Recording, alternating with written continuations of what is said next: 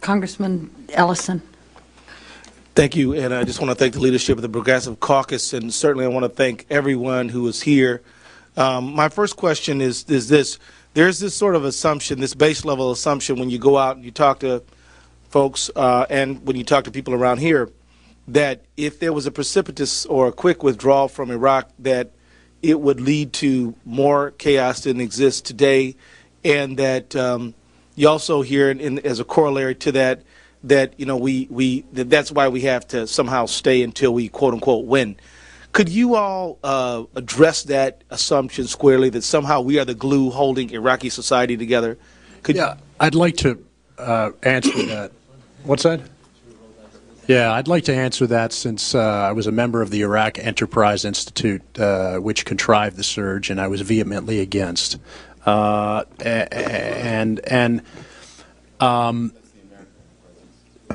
I say? I'm sorry, the American Enterprise Institute. Sometimes my brain doesn't, the synapses don't fire. But there's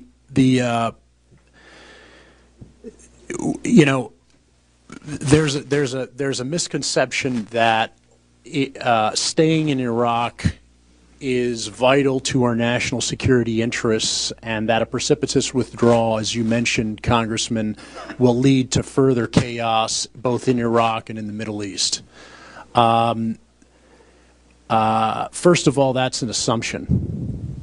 An assumption that has been made time and time again by the highest echelon of our general officers, who, I might remind you again, have consistently lied and misrepresented the situation on the ground in Iraq for the better part of 5 years. That having been said, there is no doubt that a withdrawal from Iraq is going to increase bloodshed and humanitarian refugees and suffering. The question is, ought we to be there? Ought we to continue to fund billions of dollars of American taxpayer dollars toward an endeavor with no clearly defined end state for an unknown period of time? It's my belief that a withdrawal of the majority of conventional forces in Iraq will, in fact, force the hand, and it might not be in the type of way that we would all like. There will be violence, no doubt about it, but it will force the hand of the tribal, ethnic, and sectarian leaders to sort out their matters on their own, while we should be maintaining the sovereign borders of Iraq so as to prevent Middle Eastern, to prevent the civil war in Iraq to further growing into a Middle Eastern regional war. Do you gentlemen agree, or? Well, from my experience, it is clear that every specter that has been raised in terms of potential consequences of withdrawal from Iraq is worse the longer we stay there. Every single one. Most notably, the follow us home argument, because the more enemies we make over there, which we are making every day, the more there will be to follow us home. We call for the immediate withdrawal of all occupying forces, and what that means most importantly to me is the immediate end to the occupation, that is to say the forcible interference with Iraqi sovereignty, which we are doing every time we go out the gates and impose martial law through our presence. But we also advocate reparations for the Iraqi people and recognize that we do have an obligation to the country of Iraq, and that a continued diplomatic presence there in order to ensure that that leads to the kind of rule of law and stability and prosperity that the Iraqi people deserve is ensured. If I had more time, I'd want to explore it deeper, but I have to jump to my next question.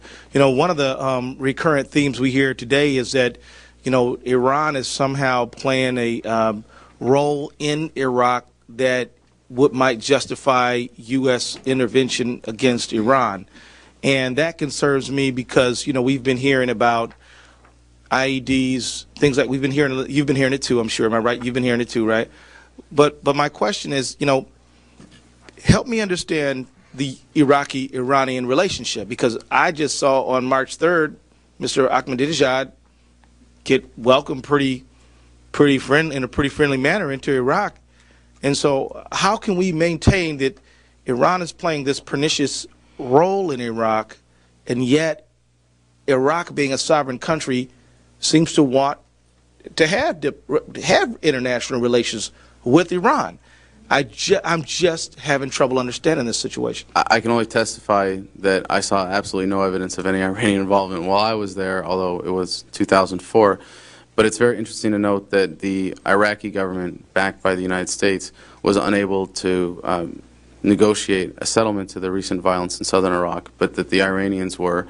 And what we don't notice when we say that Ahmadinejad was greeted and welcomed enthusiastically in Baghdad, the President of the United States flies in under the cover of darkness with no prior announcement and only under secrecy. Well, Adam, the President does, and all of us do too.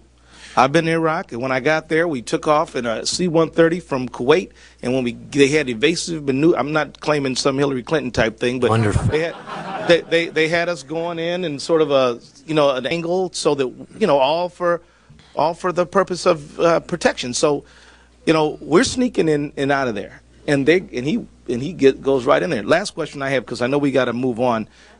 Contractors. Okay, that's not my good last question. Here's my last question.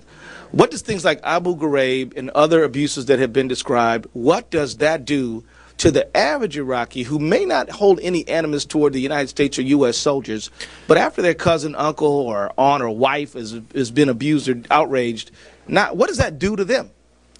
And what does it do to your security?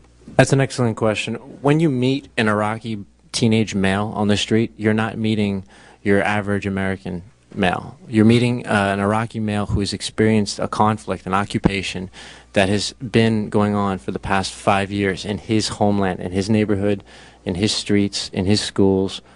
So when you meet these people on the streets, you're meeting people that, they know what's up. They know, exactly what, the Marine Air Wing is capable of. They know exactly what, our prisons systems are like. They know exactly what our responses are going to be to gunfire, mortar fire, sniper attacks, etc.